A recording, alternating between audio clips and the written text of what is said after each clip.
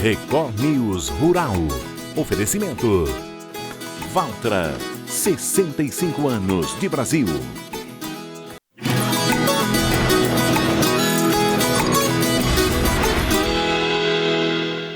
Oi, bom dia para você. O Record News Rural está no ar. A produção de sorgo em Goiás tem animado os produtores com a safra deste ano. A previsão da colheita ultrapassa 1 milhão de toneladas, número que representa quase 1/3 da produção nacional. O campo em Goiás está movimentado com a colheita do sorgo. Em Caldas Novas, a safra mostra a força de um grão que vem ganhando cada vez mais espaço no agronegócio brasileiro. A produção está boa, esse ano está dentro do esperado. A gente achou que não ia ter uma chuva abundante, mas ainda conseguiu uma chuva boa pela quantidade que choveu na primeira safra, que era a soja, né? Eu comecei aí com a colheita aí na base, nas casas de uns 100 sacas.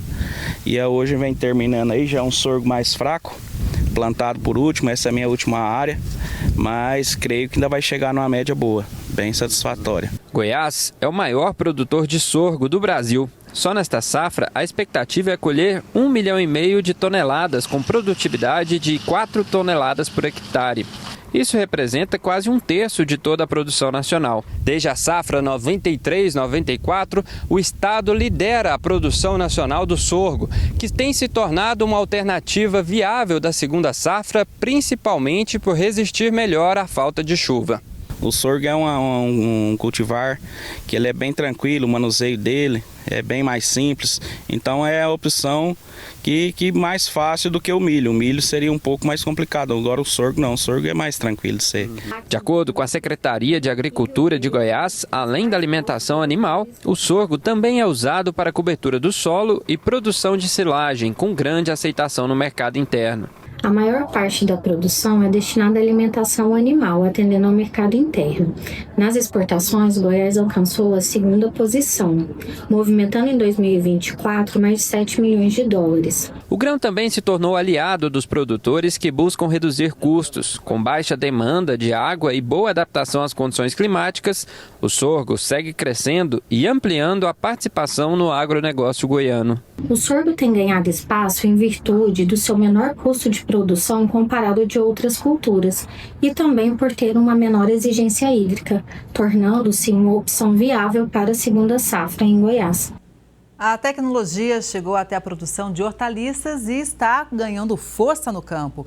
Estudantes de uma universidade de Uberlândia, em Minas Gerais, desenvolveram um robô capaz de plantar sementes e analisar o crescimento das plantas. O projeto, que une diferentes áreas do conhecimento, promete contribuir para o futuro da agricultura de precisão.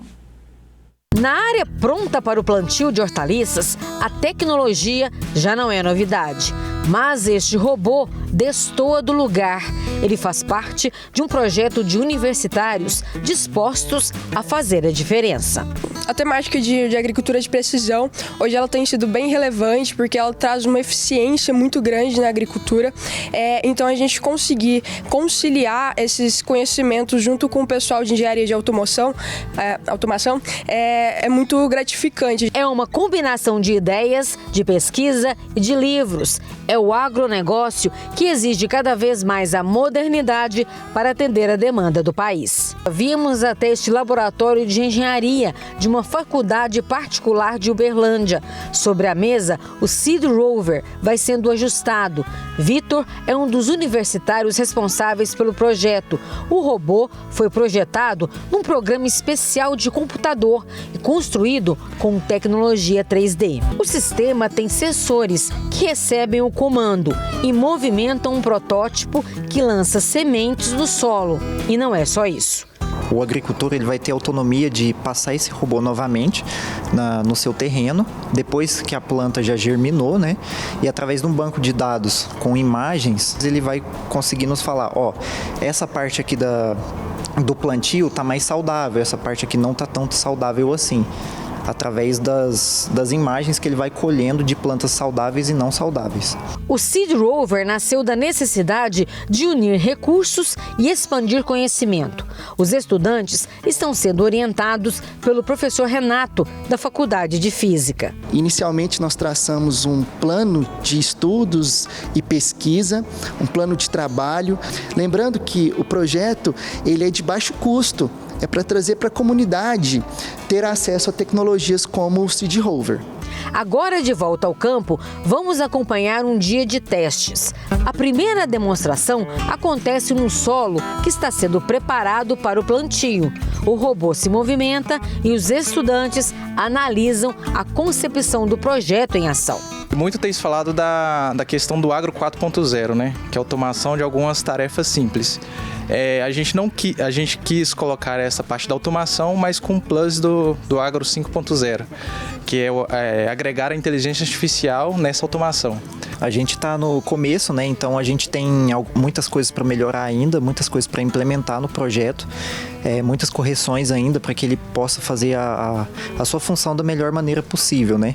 Para a gente conseguir elevar esse projeto para uma escala de produção real mesmo. Além do Pedro e do Vitor, que são da Engenharia de Controle e Automação, Ana e Sara, da Agronomia, fazem parte da pesquisa. Os meninos eles fizeram a parte completa do robô, construíram tudo, a programação, e a gente está implementando ele para melhorar a produtividade tanto do produtor quanto a rentabilidade. Assim como a agricultura está em constante evolução, o projeto dos estudantes vai se aprimorando com novas ideias e, claro, incentivos. O objetivo é que o robô vá para a indústria e futuramente chegue até o homem do campo. Todo o projeto é acompanhado pela coordenadora do curso de agronomia.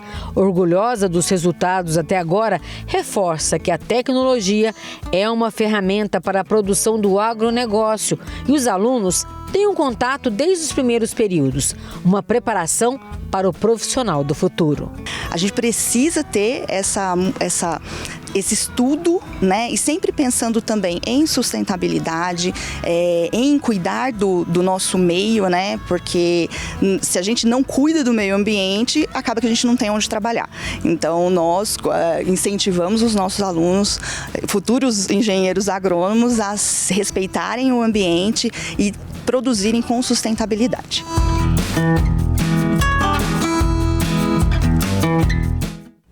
O preço do etanol hidratado subiu em São Paulo pela 5ª semana seguida, segundo o levantamento do CPEA. Confira. A demanda pelo biocombustível se manteve ativa. As usinas ofertaram um produto com valores mais altos, o que limitou os negócios. Além disso, a maior competitividade do etanol hidratado de Minas Gerais, Goiás e Mato Grosso do Sul pressionou ainda mais a liquidez no mercado paulista.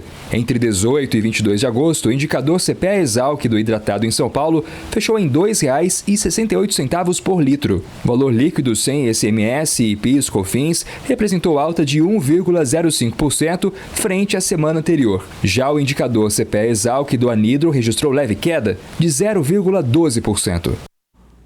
O preço da manga Tome subiu 24% na última semana no Vale do São Francisco e a gente explica.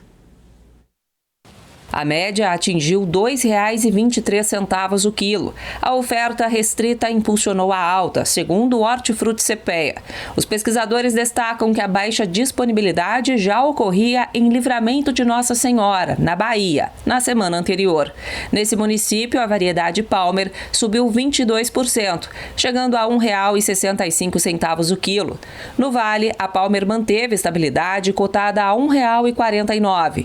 A oferta reduzida continua sustentando os preços nas duas regiões produtoras. No atacado, agentes relataram maior procura. Mesmo assim, os preços não mudaram em São Paulo. Na CEAGESP, a Palmer seguiu em R$ 4,00 o quilo, enquanto a Tome permaneceu em R$ 4,39 o quilo. Já os preços do trigo caíram, com a safra caminhando bem.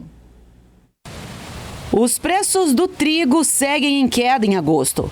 Segundo o CPEA, a pressão está atrelada ao bom desenvolvimento da safra brasileira e também a Argentina, principal origem do trigo importado pelo país. Além disso, a desvalorização dos contratos internacionais reforçou o movimento de retração doméstica. Quanto à nova safra no Rio Grande do Sul, a adequada disponibilidade hídrica do solo, as temperaturas amenas e a maior luminosidade beneficiaram as lavouras. No Paraná, as chuvas recentes melhoraram o potencial produtivo, favorecendo também o manejo e o controle de doenças.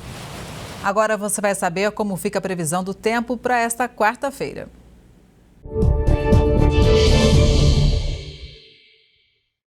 A quarta-feira começa com céu nublado e chuva persistente na madrugada em várias cidades do estado de São Paulo, principalmente na Grande São Paulo, Baixada Santista, Vale do Ribeira e faixa leste do estado. Entre a madrugada e o começo da manhã, pode haver chuva moderada, com acumulados expressivos em áreas isoladas, principalmente na capital, o litoral paulista, sul de Minas e Rio de Janeiro, e em regiões próximas à Serra do Mar. Durante o dia, a chuva enfraquece, mas o tempo segue úmido e com bastante nebulosidade ao longo da manhã.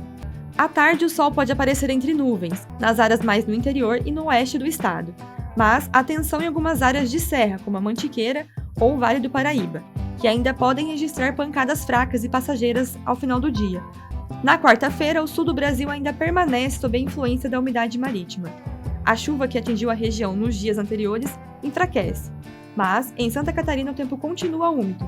Rajadas de vento também são esperadas entre 40 e 50 km por hora, entre o litoral de Santa Catarina e Rio de Janeiro. Enquanto o leste do estado de São Paulo tem uma quarta-feira mais úmida e fresca, o interior já começa a retomar o padrão de calor e tempo muito seco. No norte e noroeste paulista, Triângulo Mineiro, oeste de Minas, boa parte de Mato Grosso, Goiás, Tocantins, Piauí e sul do Maranhão, as temperaturas sobem rápido e a umidade do ar pode ficar com índices abaixo de 20% nessas áreas. O risco de incêndios continua elevado e o desconforto respiratório ainda se mantém nessas regiões. Em relação às temperaturas, máximas de 20 graus em Porto Alegre, 23 em São Paulo, 29 em Belo Horizonte, Salvador e Campo Grande, e no interior do país as temperaturas continuam elevadas, com máximas podendo alcançar 31 em Cuiabá, 33 em Goiânia e 36 em Palmas. Um estudo inédito realizado na região de Mata de Rondônia revela que a cafeicultura familiar praticada nesse território da Amazônia representa um balanço favorável de carbono. As plantações de café robusto amazônico sequestram, em média, mais de 2 vezes o carbono da atmosfera do que as emissões geradas no processo produtivo agrícola. E quem chega para explicar tudo para a gente é o Carlos César Ronquim, pesquisador da Embrapa Territorial. Bom dia, Carlos. Seja muito bem-vindo ao Record News Rural. Bom dia, Kelly. Carlos, conta pra gente primeiro, para todo mundo ficar no mesmo pé, que região é essa, hein? Kelly, a região das Matas de Rondônia, ela se localiza mais ou menos de sudeste a leste do estado de Rondônia. E por que essa região é importante para esse estudo? Porque ela produz mais da metade do café do estado todo de Rondônia. E todo o café de Rondônia, ele representa mais de 97% de todo o café produzido na Amazônia brasileira. Então, essa região é uma região significativa. Outro ponto importante dessa região é que a produtividade dela, a produtividade média, é a maior do Brasil. Ela produz cerca de 70 sacos por hectare. E também essa região conseguiu o título de indicação geográfica, é a primeira indicação geográfica do mundo dos cafés robustos. O Carlos, inclusive, eu estive recentemente em Rondônia e o estado tem um orgulho danado desse café, né? Sim, e o estado tem orgulho e também ele incentiva muito os produtores. E a maioria são pequenos produtores. Pois é uma cultura muito importante que conquista cada vez mais qualidade. Agora, vamos falar um pouquinho do resultado dessa pesquisa. Ela surpreendeu vocês sobre esse balanço de carbono? Qual foi o impacto para os pesquisadores? Sim, ela surpreendeu. Por quê? Porque ela tem um sequestro de carbono maior do que a emissão.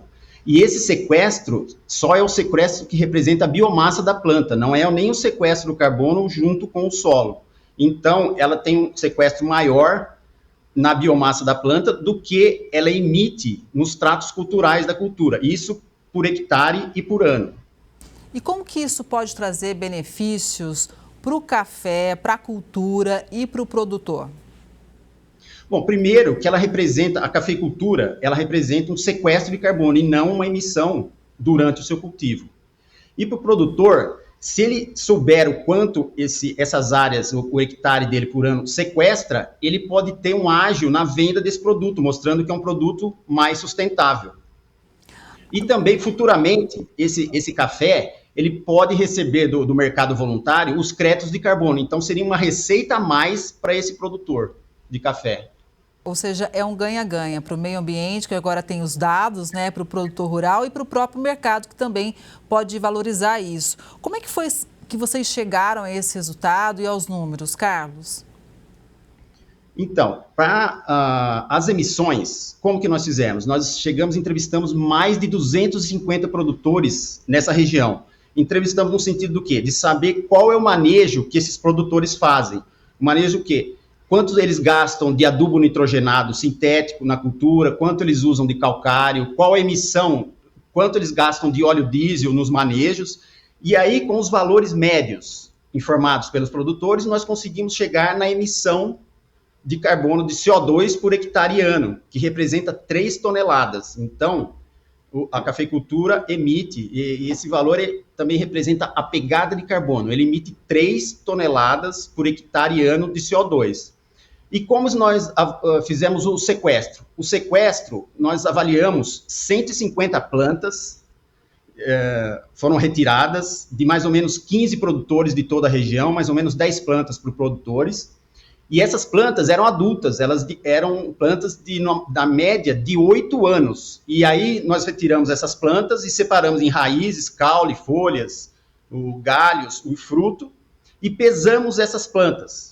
Depois que nós pesamos essas plantas, foi o peso úmido, nós retiramos algumas amostras e levamos para o laboratório em estufa para saber o peso seco. Depois disso, retiramos também algumas amostras e levamos para o laboratório para determinar a porcentagem de carbono nas partes das plantas. E aí nós determinamos o quanto tem de carbono em uma planta. E aí você multiplicando pelo número de plantas por hectare, utilizamos um espaçamento médio que é utilizado na região de 3:1, e aí ficamos sabendo que o sequestro é de 7 toneladas de CO2 por hectare ano. Então o balanço, ele é um balanço positivo. Se você sequestra 7 toneladas de CO2 por hectare ano e emite 3 toneladas de CO2 por hectare ano, você tem todo ano um balanço positivo de 4 toneladas de CO2 por hectare ano.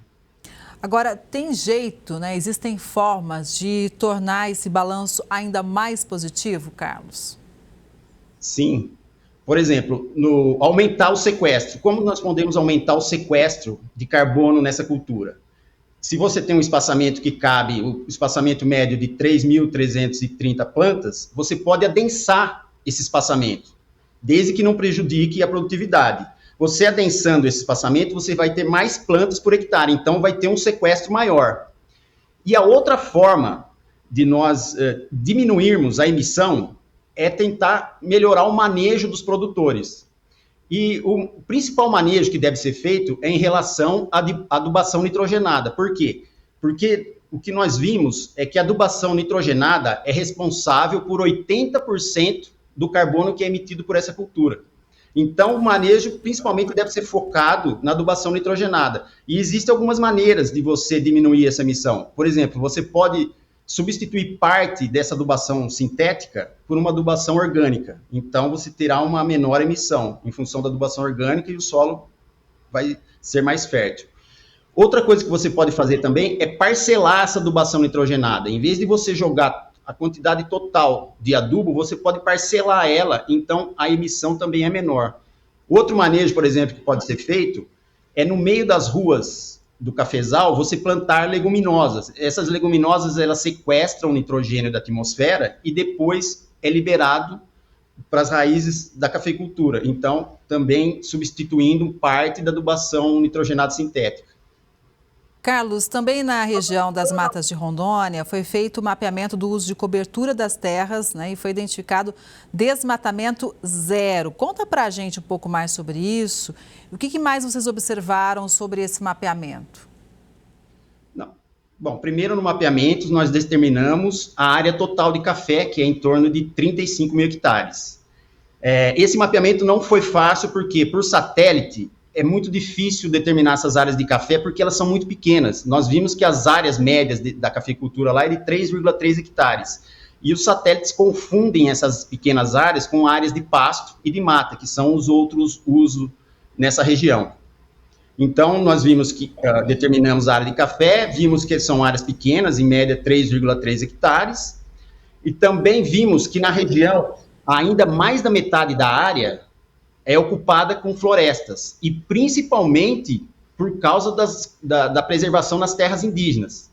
Nessa região você tem 7 áreas preservadas indígenas, e são áreas preservadas com florestas primárias e formando um bloco único. A outra, um pouco menos da metade, elas estão nas propriedades, formando as áreas de APP e reserva legal. E também vimos que 45%, quase metade da região, já está ocupada com pasto. Então, nós vimos assim, que se a cafeicultura quisesse expandir, ela tem área à vontade. Talvez nenhuma região no Brasil tenha tanta área para se expandir como na região das matas de Rondônia.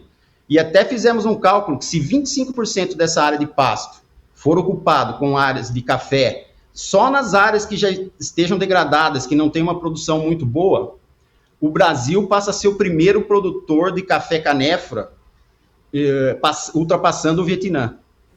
Olha só, são dados realmente muito importantes, que impactam a vida de muita gente, de muitos produtores no campo. Carlos, a gente sabe que o Parlamento Europeu exige cada vez mais do Brasil, tem anunciado que vai, inclusive, exigir a comprovação de origem, de sustentabilidade, enfim, toda a rastreabilidade dos produtos agrícolas. Então, de que forma que esse estudo pode responder a tudo isso? Da seguinte maneira, como nós temos todas as coordenadas geográficas de todos os talhões da região, talhões de meio hectare, de 2 hectares, de 3 hectares, e nós determinamos isso no ano de 2025. Aí o que nós fizemos? Nós voltamos para o ano de 2021, nas imagens de satélite, e vimos se nessas áreas haviam floresta, ou já era plantado café, ou era pasto, e aí não tem problema. E vimos que somente 50 hectares, 0,1% da área, eram florestas que foram plantadas com café. Então, praticamente, não há desmatamento nessa área. Então, é uma área irrisória de 50 hectares, você falando de 35 mil hectares. E isso foi o primeiro estudo feito para atender essa lei do Parlamento Europeu, e essa região já está apta para exportar para a Europa, se fosse o caso, na determinação dos resultados do trabalho. E é importante também para a gente mostrar como o Brasil realmente produz de forma sustentável. Quando existem dados, pesquisa, ciência, isso obviamente é um selo de muita credibilidade sobre todo o nosso processo produtivo. Carlos, você que vivencia lá, conhece demais a região, eu mesmo tenho o sonho de conhecer o plantio de café em área indígena. O que mais que tem de diferente em relação ao que acontece lá no dia a dia dos produtores? Então, a região está passando por um processo de um ganho enorme de produtividade. Se você voltasse nos anos 90, ou próximo ao fim dos anos, no fim dos anos 90, a área era muito grande, de 250 mil hectares. E essa área vem caindo vertiginosamente, muito em função do baixo preço do café. Porém, a produção não tem se mantido, porque você está diminuindo a área, mas está mantendo a produtividade, está aumentando muito a produtividade. E essa produtividade, ela vem aumentando muito em função do uso de clones muito produtivos, o uso da irrigação, apesar de ser na região Amazônia, todas as culturas praticamente usam a irrigação, a fertirrigação e o sistema de podas. Tanto é que hoje é a maior produtividade do Brasil, é a que ocorre na região das matas. E outra característica da região é que as áreas, alguns indígenas também produzem café nessa região. Além do que, um dos indígenas, ele ganhou o prêmio ano passado, e talvez ganhará esse ano, de melhor café, recebendo 2 notas 100 pelo café produzido, que é um café produzido bem internamente em áreas de mata. E essas áreas de mata ajudam muito a cafeicultura, porque facilita a infiltração de água no solo, ajuda na produção dos polinizadores, que o coffea-canéfora depende muito dos polinizadores, e também a evapotranspiração dessas áreas de mata deixa uma região com uma condição bem típica de umidade, que facilita e que melhora a produtividade do café. Ou seja, são vários fatores que contribuem para essa excelência, além também da Embrapa trazendo dados, pesquisa e inovação. Mas, Carlos, você falou várias vezes sobre aumento de produtividade sem ampliar a área plantada. Isso pode ser aplicado também em outras regiões do Brasil, levando em conta as diferenças de solo, de clima e tudo mais? Sim, eu tenho um conhecimento maior dessa região das áreas de Rondônia, mas eu acho que toda a região pode aumentar, aumentando o manejo. Por exemplo, muitas áreas da cafeicultura no Brasil não são irrigadas. Se essas áreas passarem a ser irrigadas, vai haver um aumento na produtividade. Então, eu acredito que sim, muitas áreas, se intensificar esse manejo, vão aumentar a sua produtividade. Carlos, focando agora bem na região de Rondônia, quando a gente fala de crédito de carbono, muitos produtores ainda veem esse assunto como algo árido, de não tão concreto. Qual é a sua análise sobre isso agora, depois desse estudo? Eles estão mais conscientes? Sim, eu acredito que eles estão mais conscientes, porque nós temos feito uma campanha grande de apresentações, palestras para os produtores. E como exemplo, eu tenho um exemplo do Juan, que é o presidente da Caféron, que ele me disse que quando eles foram vender o café da associação para os russos, eles mostraram os resultados que nós obtivemos na região. E os russos ficaram encantados. Então, os resultados do nosso projeto já estão dando resultados, mostrando, principalmente para a exportação desse café. Carlos, muito obrigada pela entrevista, foi bom demais te ouvir. A Embrapa sempre fazendo a diferença para o nosso agronegócio brasileiro e estamos sempre de portas abertas, viu? Obrigado você pela oportunidade e também estamos sempre de portas abertas para vocês. Obrigada, bom dia. E essa edição do Record News Rural fica por aqui. Obrigada pela sua audiência. A gente se vê no próximo programa. Até lá!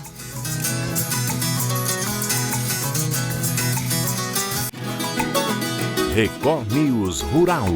Oferecimento Valtra, 65 anos de Brasil.